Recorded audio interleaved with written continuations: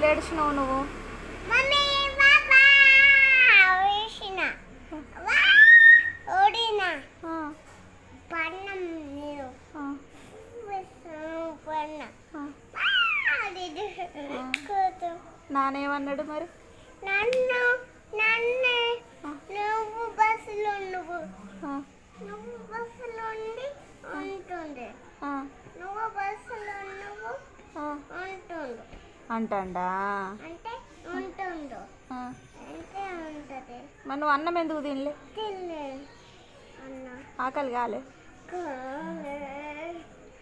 పొద్దున కాలే మళ్ళీ కాళ్ళు ఉంటాయి కాళ్ళు ఉంటుంది.